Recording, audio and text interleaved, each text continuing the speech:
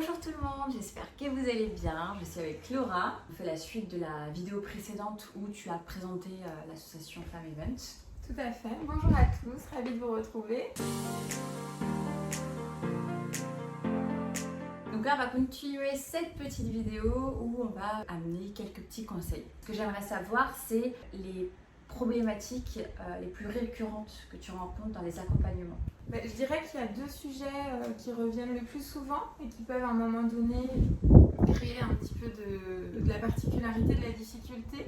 On va être très sollicité par des personnes qui sont en fait témoins de violences conjugales ou de situations avec un vécu d'abus sexuels, et de personnes qui viennent vers nous en disant voilà, comment je peux aider mon ami ou ma soeur ou cette personne de mon entourage qui est en souffrance. C'est vrai que c'est un sujet délicat parce qu'à partir du moment où la personne est majeure et où il n'y a pas un danger de fait pour sa vie, pour sa santé, On ne peut pas agir à sa place. On ne peut pas agir à sa place.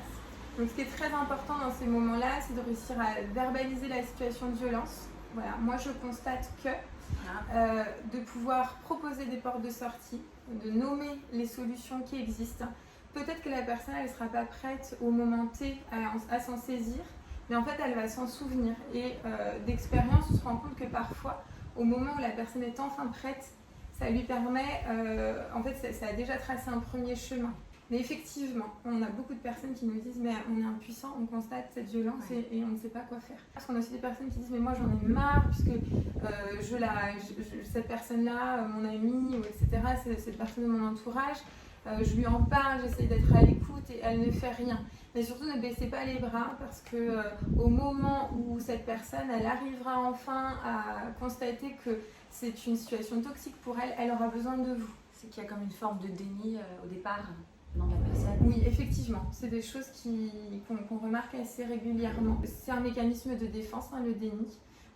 Donc d'essayer très inconsciemment de fermer les yeux sur la réalité de la situation parce qu'on ne se sent pas prête à vraiment l'affronter. Donc ça c'est la première difficulté à rencontrer. Tout à fait.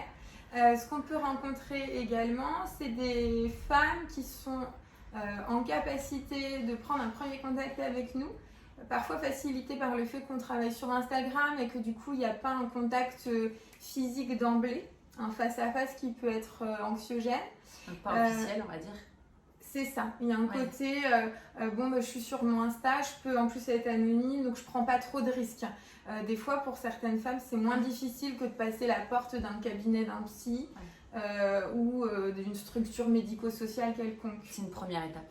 C'est une première étape qui est hyper importante parce que franchement ce premier pas c'est un premier pas. Tout à fait.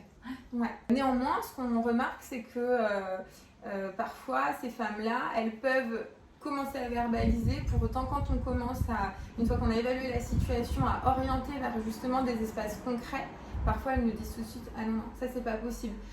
Engager par exemple un suivi thérapeutique avec un psychiatre, un psychologue, il y a de nombreuses situations, on voit que c'est un peu un gros mot, quoi. Tout de suite ça vient tendre la personne, elle nous dit non, moi j'ai une mauvaise expérience, ça me fait peur, et on voit qu'elles n'en sont pas encore là. La plainte aussi est difficile. Ouais, le dépôt de plainte ça, également. C'est très difficile. Tout à fait. J'ai l'impression que c'est très difficile. Je te le confirme. Oui, je comprends. Je te le confirme. Avec ce sentiment exprimé des femmes, des fois je mets le doigt dans l'engrenage et en fait après d'autres personnes vont prendre des décisions pour moi, je n'aurai plus la maîtrise et j'ai peur de ce que ça pourrait engager, et parfois aussi avec la peur, alors sentiment de trahir l'auteur malgré qu'il soit auteur de violence. Parce que tu es déjà sous emprise, donc en plus ce sentiment de trahison est d'autant plus puissant. Complètement, avec beaucoup de culpabilité, alors même que la personne elle est victime, et que c'est pas elle de se sentir coupable. Pour autant, c'est un phénomène intérieur qui fait que la personne elle se sent très coupable. Et puis la crainte des représailles aussi, parce que on a des situations dans l'association où lorsque la femme elle dépose plainte, malheureusement il y a des représailles. Et pour revenir sur les choses un peu plus officielles, les rendez-vous médicaux, ça c'est quelque chose que je comprends parce que donc, du coup moi-même ayant vécu des choses un peu compliquées, j'ai été on va dire un peu bloquée par tout ce qui est un peu officiel, les psys, les machins, parce que mauvaise expérience. D'accord. Et du coup, c'est vrai que pour m'aider, c'était quelque chose que j'arrivais pas à envisager, que je sentais inutile ou même trop officiel. Ou... En tout cas, je me disais que mes problèmes allaient passer avec le temps, que de toute façon, je m'en sortirais toute seule. Le problème, c'est que non, ça te rattrape, ça guérit pas, ça a des conséquences psychologiques très néfastes, très intenses, sur ton physique aussi. Complètement. Ça a des conséquences sur tes choix de vie, très clairement. Et moi, j'en ai énormément souffert. Je pense que même j'étais dans l'autodestruction, dans le renfermement de moi-même, dans la solitude. Je me sentais incomprise. J'avais difficulté à en parler. J'étais devenue impulsive, j'étais malheureuse. Avant de réaliser aussi que c'est parce que je m'aidais pas, j'ai mis un long moment, quoi.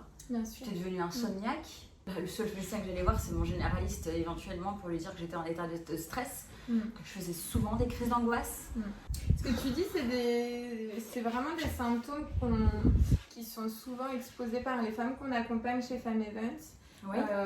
Vraiment, je reconnais les angoisses, les crises d'angoisse, les insomnies, l'addiction à des médicaments ou à des drogues, la violence, l'isolement. En fait, ce qu'il est important de comprendre, c'est que lorsqu'on a vécu des violences graves, qu'elles soient physiques, sexuelles, psychologiques, bien souvent, il y a un phénomène de traumatisme. C'est-à-dire que tant que cette blessure-là n'est pas soignée, finalement, elle continue d'exister, bien que parfois, exactement comme tu l'as exprimé, la femme dise « ça va passer avec le temps, c'est vieux, j'ai l'impression que c'est quand même un peu derrière moi ». Ouais, puis tu es tellement forte aussi, tu as une force de caractère quand même, tu arrives à traverser, à encaisser. Tu penses que tu... encaisse réellement, mais pas du tout. Et en fait, le soin seulement par les médicaments, ça vient traiter le symptôme, mais ça ne traite jamais le mal à la racine. Donc ça veut dire que ça va potentiellement diminuer un peu les symptômes. Donc certains médecins vont préconiser sur un moment T, parce que quand le symptôme prend trop d'importance, parfois c'est sauver la personne que de soigner ses symptômes, mais ça ne peut pas suffire. Ça, c'est très éphémère. Je dirais comme un antidouleur. Exactement. C'est un antidouleur psychologique. C'est-à-dire que ça va assommer la douleur. Tout à fait. Ça va l'apaiser, mais tout à fait. Ça la guérit pas. Exactement. Donc ça peut être utile pour permettre à la femme de reprendre un petit peu de pouvoir et un peu de force et un peu de jus pour aller soigner vraiment la vraie blessure. Mais ça peut pas être une fin en soi. C'est comme, tu me disais, une plaie ouverte, une plaie béante ouverte sur un bras, sur une jambe. Tu la vois, tu vas pas la laisser... tu vas pas la laisser sans faire des points de suture, sans la soigner, sans la désinfecter. Et si tu la laisses des semaines, des mois, des années, ça s'infecte, ça prend tout le corps et en vient des énormes problèmes de santé, des douleurs tellement intenses que ce n'est plus supportable. Et la réalité, c'est que l'esprit est la même chose. Si tu soignes pas ton esprit, ton psychologique, ton cœur, ton âme, ça a la même conséquence que sur une blessure physique. Tout à fait. Voire pire, parce que après, pour rattraper ça, c'est compliqué, quoi. Ouais, tout à fait. Mais ça dit quelque chose du rapport de nos sociétés, en fait, aux soins de l'esprit. Comme tu l'as dit, une plaie béante sur le corps physique, ça se voit. Ça nous viendrait pas à l'esprit. Enfin, je connais très peu de personnes qui resteraient avec cette blessure pendant des semaines, des mois, voire des années, parce qu'elle est visible, parce que le soin du corps d'un point de vue physique, c'est quelque chose qui est reconnu dans notre société, beaucoup plus que le soin de l'esprit, le soin psychique. Et en comparaison, ça peut avoir tout à fait la même conséquence, clairement. Au travail, j'ai entendu une nana discuter avec ses amis. Elle avait d'énormes soucis aussi et elle fait part qu'elle a fait un soin énergétique, donc avec un thérapeute énergétique, et que ça lui a littéralement sauvé la vie, et que ça lui a soigné ses maux physiques et ses maux psychologiques, parce qu'elle avait aussi des maux physiques, donc il a fait comme du magnétisme, mais il y avait eu des problèmes... jusqu'à tomber dans l'anorexie, on va dire. Et ça l'a sauvée. J'ai entendu ça, j'ai pas osé aller lui parler tout de suite parce qu'elle était avec des amis à elle et que j'avais très honte de parler de mes problèmes. D'ailleurs, je lui ai pas parlé de mes problèmes, je lui ai juste dit, et de toute façon, elle a vu à ma tronche, que là, j'étais désespérée, que j'avais entendu ce qu'elle disait, si elle pouvait m'y emmener, parce que c'était ça où, au bout d'un moment, je tenais plus. Je tenais plus debout, je tenais plus, c'était bon, quoi. Et Elle m'a emmenée, donc elle m'a pris rendez-vous, hein, vraiment, elle m'a pris rendez-vous, elle m'a tenue par la main, on n'était pas plus amis que ça, on ne se connaissait pas plus que ça. Elle m'a pris par la main, elle m'a emmenée voir ce thérapeute énergétique. Donc moi, elle m'a expliqué un petit peu comment ça se passait, ce que c'était, ce que ça engendrerait. J'y connaissais absolument rien, je n'avais pas conscience qu'on pouvait aider à soigner l'esprit de cette manière-là. Les 3 jours qu'on suivi, pour te raconter un petit peu mon soin énergétique, les 3 jours qu'on suivi, et on m'avait prévenu que ça pouvait, pendant quelques jours, être difficile, j'ai eu l'envie de hurler, de pleurer. Mes nuits n'étaient pas mieux. J'avais vraiment quelque chose qui était là, vraiment ici. Hein. Et il m'avait dit, ça va vouloir sortir. Tu l'as senti physiquement? Je l'ai senti physiquement, quoi. Comme si j'avais le démon en moi, c'est hyper étrange. Et j'étais encore plus mal les 3 jours qu'on suivi. Mais j'ai attendu. J'étais pas dans ma ville, je suis rentrée chez moi. Et ce soir-là, j'ai pas de souvenir, je sais juste que je me suis endormie naturellement et que j'ai très bien dormi. Je me suis réveillée et je me suis sentie bien, comme si d'un seul coup j'arrivais à voir le jour, j'arrivais à y voir clair. Il m'avait dit, vraiment tes chakras, il n'y a plus rien qui est aligné, il n'y a plus rien qui va, c'est le bordel. C'est totalement le bordel à l'intérieur. Et il m'avait un petit peu, comme si j'étais pleine de boue. Voilà, comme si vous êtes là, vous traînez dans la boue et vous allez vous laver. Là, il m'a fait un nettoyage, il m'a recentré énergétiquement parlant. Je n'ai pas tout le vocabulaire, mais juste je me suis sentie bien et j'ai compris à ce moment-là qu'il y avait quelque chose à faire sur le psychique, sur l'esprit. Il m'a aussi donné quelques conseils, il m'a aussi expliqué un petit peu comment ça fonctionnait à l'intérieur de mon corps en fait.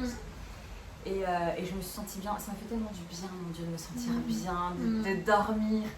Alors après, comme il m'explique, il y a les aléas de la vie, il y a les choses de la vie qui font que t'es pas neuf comme un bébé jusqu'à la fin de ta vie, quoi. Non, à un moment donné, il y a du travail à faire derrière. Tout à fait. Et c'est là que j'ai commencé, donc du coup, à écouter ses conseils, à me renseigner sur comment je peux faire pour me soigner psychologiquement, pour m'aider, sans aller voir de thérapeute, de choses très officielles où j'avais...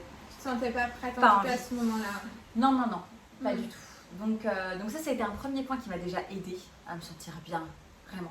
C'était un soulagement, déjà de dormir était un soulagement. Et donc je vais vous donner quelques petits conseils sur ce que j'ai fait, qui m'ont aidé à me sentir mieux, qui m'ont aidé à me réparer, qui m'ont aidé à me retrouver. À commencer par la lecture sur des livres parlant psychologie, développement personnel, ça avec aussi des vidéos YouTube avec des coachs, des podcasts aussi.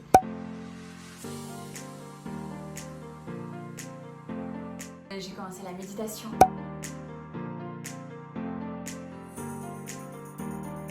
J'ai fait aussi de la visualisation. J'ai échangé aussi sur des groupes de parole.